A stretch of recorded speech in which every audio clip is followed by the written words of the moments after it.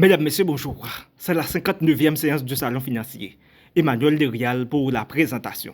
Aujourd'hui, nous étudions le modèle d'évaluation des actifs financiers, le MEDAF. Le calcul de la corrélation a montré qu'il est possible, une fois le portefeuille tangent ou efficient identifié, de calculer la rentabilité espérée du titre en fonction de son bêta calculé relativement au portefeuille efficient. Toutefois, pour mettre en œuvre cette approche, il faut identifier le portefeuille efficient, ce qui impose au préalable de connaître les rentabilités espérées, les volatilités et les corrélations de tous les actifs. Ce modèle permet d'identifier le portefeuille efficient sans qu'il ne soit nécessaire d'estimer les rentabilités espérées de chaque titre. À l'aide de 3 hypothèses relatives au comportement des investisseurs et sur la base de leur choix de portefeuille, le MEDAF permet de démontrer que le portefeuille efficient n'est rien d'autre que le portefeuille de marché, c'est-à-dire celui qui contient toutes les actions et autres actifs sur le marché. Maintenant, les hypothèses du MEDAF. Les investisseurs peuvent prêter ou emprunter au taux d'intérêt sans risque et ils peuvent acheter ou vendre n'importe quel actif financier à son prix de marché sans supporter ni coût de transaction ni impôt. Tous les investisseurs détiennent un portefeuille efficient, c'est-à-dire un portefeuille offrant la rentabilité espérée la plus élevée pour une volatilité donnée. Les investisseurs forment des anticipations homogènes sur les rentabilités espérées, les volatilités et les corrélations de tous les actifs financiers. Maintenant, composition d'un portefeuille optimal, la droite de marché. Si les hypothèses du MEDAF sont valides, le portefeuille de marché est efficient et le portefeuille tangent est le portefeuille de marché. Le point de tangence entre la frontière efficiente des actifs risqués et la droite correspond au portefeuille efficient. Elle représente les portefeuilles qui disposent de la plus grande rentabilité espérée à risque donné.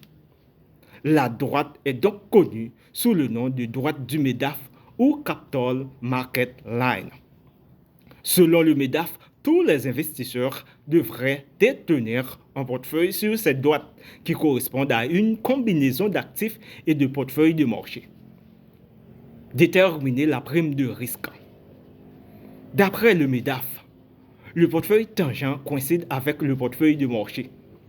La rentabilité espérée d'un titre ou le coût du capital d'un projet d'investissement peuvent donc être calculés en utilisant le portefeuille de marché comme référence.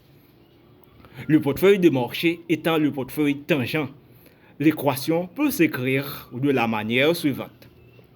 Espérance de rentabilité I est égale au taux I, qui est égal au taux sans risque, plus bêta I multiplié par l'espérance de rentabilité M moins le taux sans risque, où bêta I est le bêta du titre I relativement au portefeuille de marché, la part du titre I qui est commune avec celle du marché.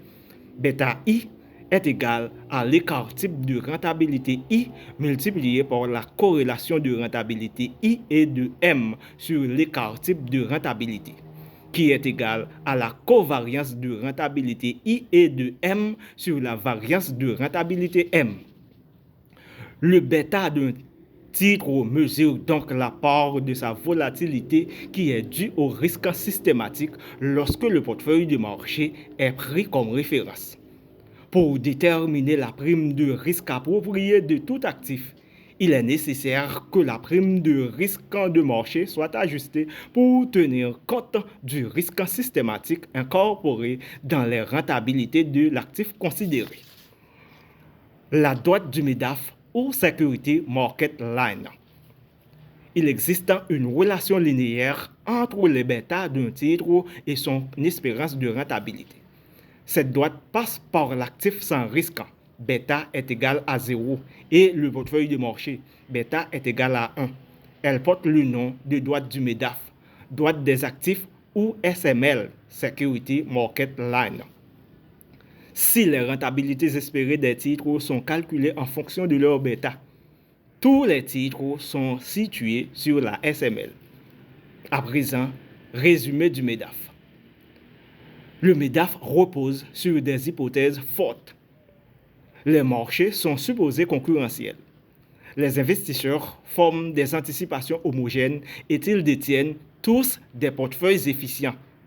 Sous ces hypothèses, les conclusions du MEDAF sont que le portefeuille de marché est le seul portefeuille risqué efficient.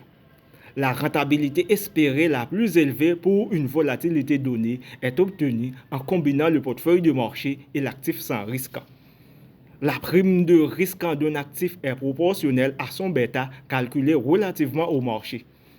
Il existe donc une relation linéaire entre la rentabilité exigée d'un actif et son risque systématique. Cette droite est la droite du MEDAF ou Security Market Line. Certaines hypothèses du MEDAF ne décrivent pas exactement le comportement réel des investisseurs. Tous les investisseurs ne détiennent pas le portefeuille de marché, par exemple. Des séances suivantes présenteront l'extension du MEDAF, développée pour rapprocher le modèle du comportement observé des investisseurs. Bien qu'imparfait, le MEDAF demeure à ce jour une référence en termes d'arbitrage entre simplicité et capacité à appréhender la réalité.